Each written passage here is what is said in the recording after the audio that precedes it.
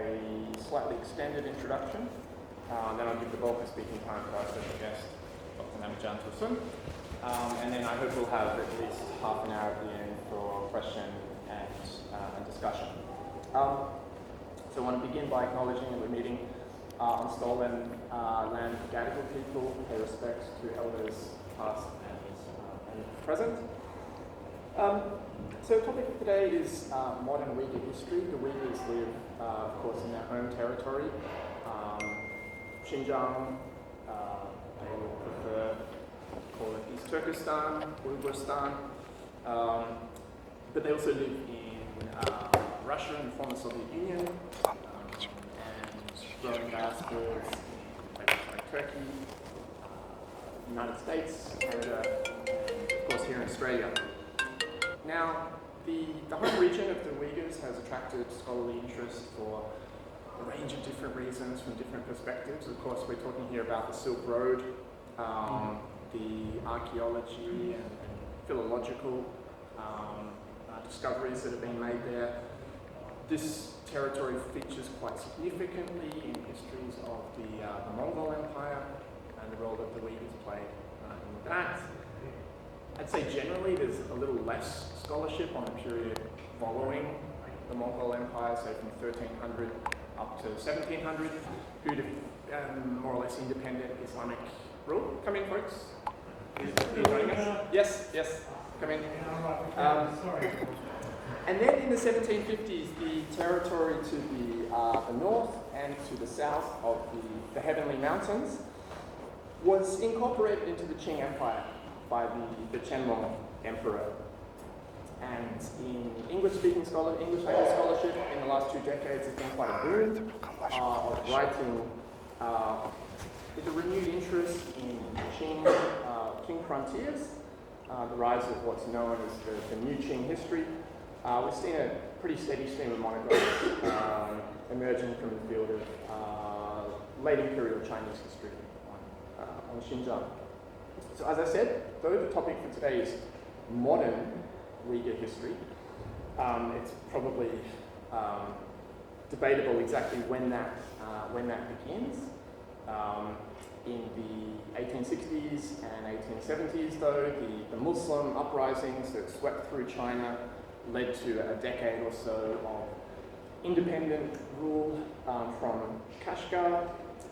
This is also the inception of what we know as the Great Game, the international rivalry between the Russian and British empires centered on this region.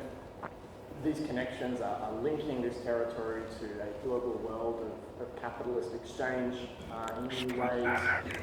And from a methodological point of view, those connections are giving us new archives that we can use to tell the history of the region and its peoples from a variety of different perspectives. So maybe that would be a point where we can draw a line and say this is the beginning of modern Uyghur history. Since that time, particularly Russia and the Soviets have not just been observers but been quite directly involved in Uyghur and Xinjiang affairs. This is a topic that Dr. Tosun knows very well. Soviet intervention, particularly in the 1930s and 1940s, sits towards the more clandestine end of Soviet history, and like a lot of that, still shrouded in quite a bit of mystery. So this is all just to say that modern Uyghur history connects to a variety of different directions. It can certainly be considered part of a bigger Central Asian history. It could be part of Soviet history, as well as, of course, modern Chinese history. So these imperial rivalries, these give us outsider perspectives on this region.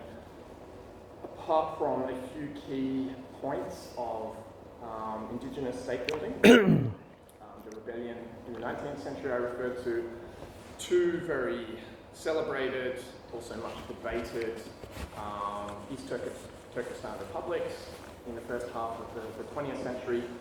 But the Uyghurs haven't had a stable state of their own, and so they don't really have an archive of their own. Often we have to sift through various collections built up by outsiders to find Uyghur voices as historians. Uyghurs have certainly written a lot. We have a lot of published materials to work with. Periodicals, magazines,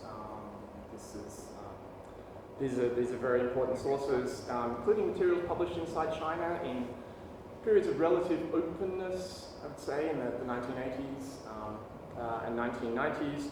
But Uyghur political actors have travelled widely as well. So we as historians scour the libraries of Russia, Europe.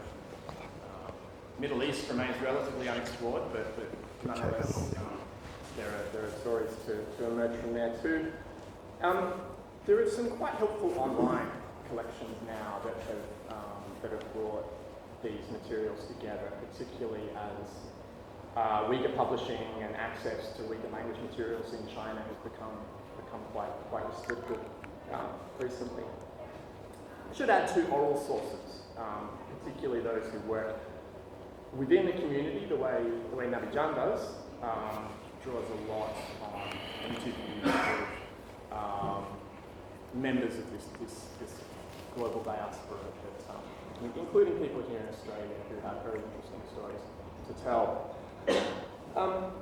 Don't think I need to say, but Uyghur history is a very politicized field. Like a lot of Chinese history, the evaluation of individuals and events can shift according to shifts in politics. Points that were previously settled can be reopened thanks to such shifts. To give just one example of this, it's about 20 years ago now that they announced in China that there'd be a new comprehensive history of Xinjiang. And then around about 2015, a series of conferences were held where they basically said that we'd be very close to completion, we're doing our final drafts of this work, this is going to be the new foundational history of this region. And there's been complete silence ever since. This work was never published. Even inside China, the ups and downs of politics can prevent work seeing the light of day. Of course, we know there was a significant policy shift in 2017, 2018. May have had some impact on that. So this is sort of what we refer to as history by committee. There's actually just been a new white paper, Xinjiang released, which invariably opens with discussion of history, emphasizing themes of historical unity between Xinjiang and China. Naturally and quite unfortunately, this politicization sets limits on our ability to engage with institutions and scholars inside China on what are considered their sensitive topics. It's actually quite hard for me to say right now what the state of the scholarly field is. In China, there's not a lot of new publications coming out. It seems as if people are shifting to relatively safe topics like historical geography is something that I often hear people are working on. So new work on 20th century Uyghur history, Xinjiang history is carried on by a pretty disparate collection of scholars around the place. Japan is quite active in this field. America, although the Trump administration is cutting funding at this time for institutions that have previously been quite important in building up the study of Central Asia in the US. One of the most recent monographs on relations between the Soviet Union and Xinjiang in the 1930s was actually written by a scholar from Azerbaijan, who I think recognized some interesting similarities between the history of his country as a sort of Soviet satellite and the history of Xinjiang. Australia's had a small role in all this. Donald McMillan may not be a name familiar to too many people, but Michael Clark, potentially, people familiar with. They both have monographs on Xinjiang 20th century history to their name. In my own work, my first book, Uyghur Nation, I tried to offer a contribution to understanding this region. It's a book on Uyghur political activists who, primarily those who went to Russia and the Soviet Union before and after the 1917 revolution, and then their role as conduits for Islamic reformist or communist politics into northwest China. Most recently, I just thought I'd mention, I published the diaries of a Chinese diplomat who served first in Moscow, and then in the 1940s was appointed as a special representative of the Chinese Foreign Ministry in Urumqi. So he was engaged in negotiations with the representatives of what was then the second East Turkestan Republic, centered in the west of Xinjiang. Probably gives us the best record we have from a participant of those negotiations. That's not Uyghur history necessarily, strictly speaking, but hopefully of interest to that field.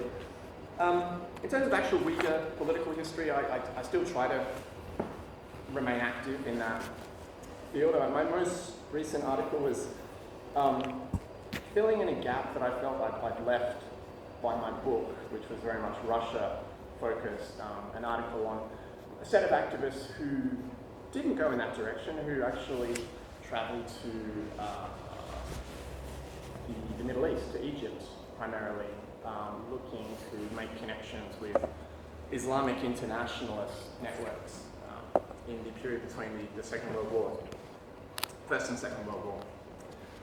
All right, so moving to the introduction part there, we're very happy to have Dr. Nabijan Tursun here with us today.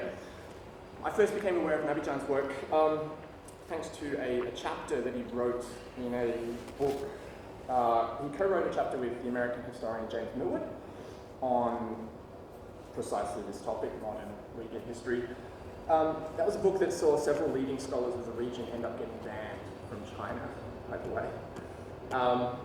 Nabijan has very interesting scholarly history. I think he's spent time at some of the key institutions in the study of his region. In the 1980s, he studied Uyghur language and literature at the, we used to call it Nationalities University, now we just call it the Minzu University in Beijing, but the main institution that drew scholars from different non-Han peoples of China to the center. And then in the 1990s, he went to the Institute of Oriental Studies in Moscow and spent 6 years there getting a doctorate, which he wrote in Russian.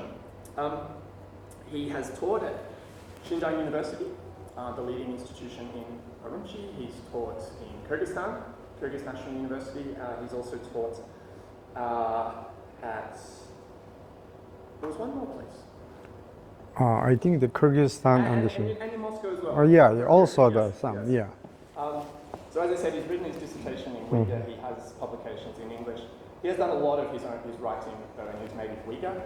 It looks as if we actually have some copies of this 13-volume general history of the Uyghurs, which has been labouring at for a long time and is now coming to fruition. So we congratulate him on that. He's also a senior editor of the Uyghur service in Washington at Radio Free Asia, which I don't think you'll mind me saying has also had its funding cut recently. Possibly something for discussion if anyone is interested. That's enough from me, I think. I'll end here and see the microphone to Nabijan. He'll speak for about 40-45 minutes. Okay, and then thank you. As I said,